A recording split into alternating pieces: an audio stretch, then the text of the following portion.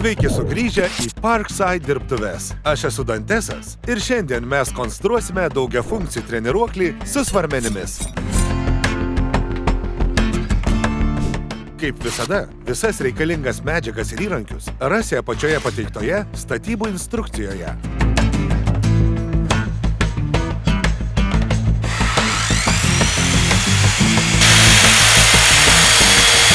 Pirmiausia, rankiniu diskiniu pjūklu supjaustome tinkamo dydžio statramsčius.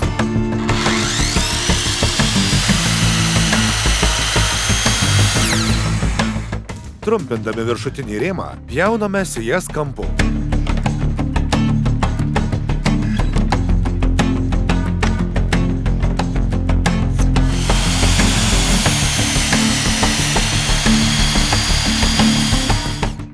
Dabar tereikia įgilinti skersinius stulpelius ir išgręžti skyles.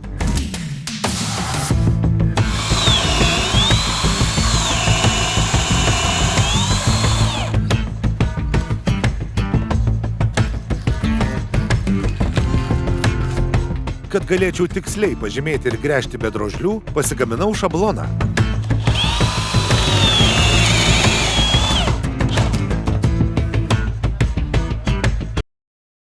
Frezavimo nušlifuojame siją ir baigiame darbą.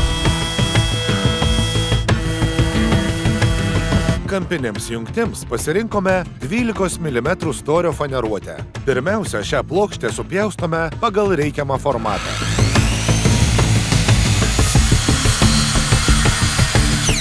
Po to, kai jau 8 kartus padariau šį įstrėžinį pjūvį, pasidarysiu šabloną žymėjimui, frezavimui ir gręžimui.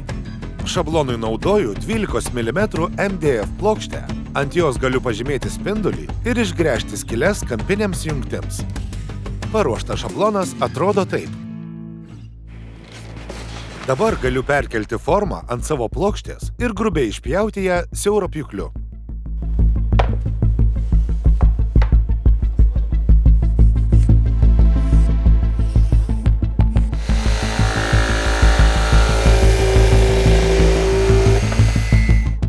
Dabar galiu tiksliai nukopijuoti šabloną su freza.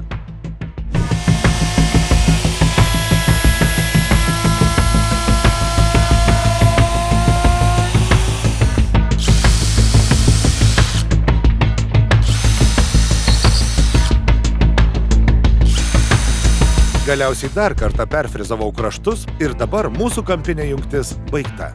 Paskutinėme etape prieš surinkimą išpjauname nerūdijančiojo plieno vamzdžius, skirtus įvairioms lentynoms ir juos nušlifuojame.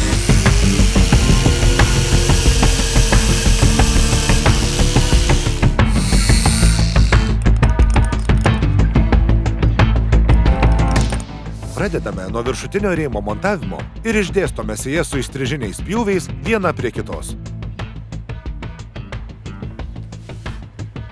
Toliau išdėstome kampinės jungtis ir padarome 2 papildomas skyles, kad varžtas nepatektų į sujungimo vietą.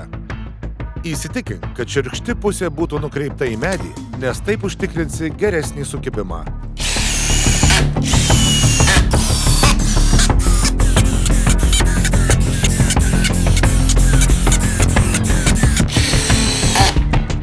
Toliau montuojame šoninės dalis. Atkreipk dėmesį, kad kampinės jungtis viršuje išsikištų už rėmo medžiagos storio, o apačioje būtų įleistos 10 mm, kad galėtume atsiremti į stulpą.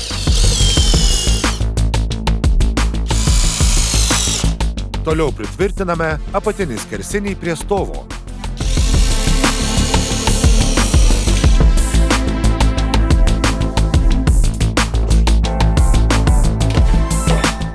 Kad galas nenuslystų, naudok spaustuvą kaip pagalbinę priemonę.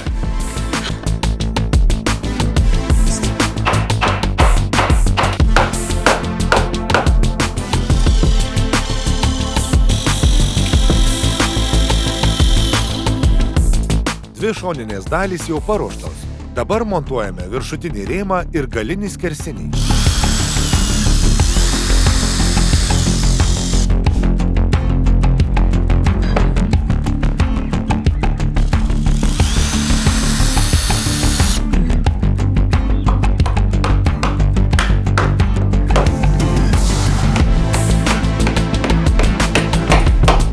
Po to, kai sudėjau likusias lentynas, uždedu vamzdžių dangtelius.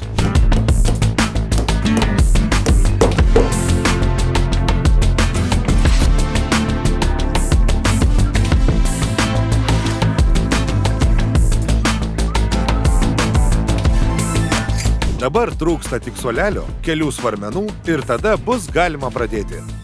Tau pavyks!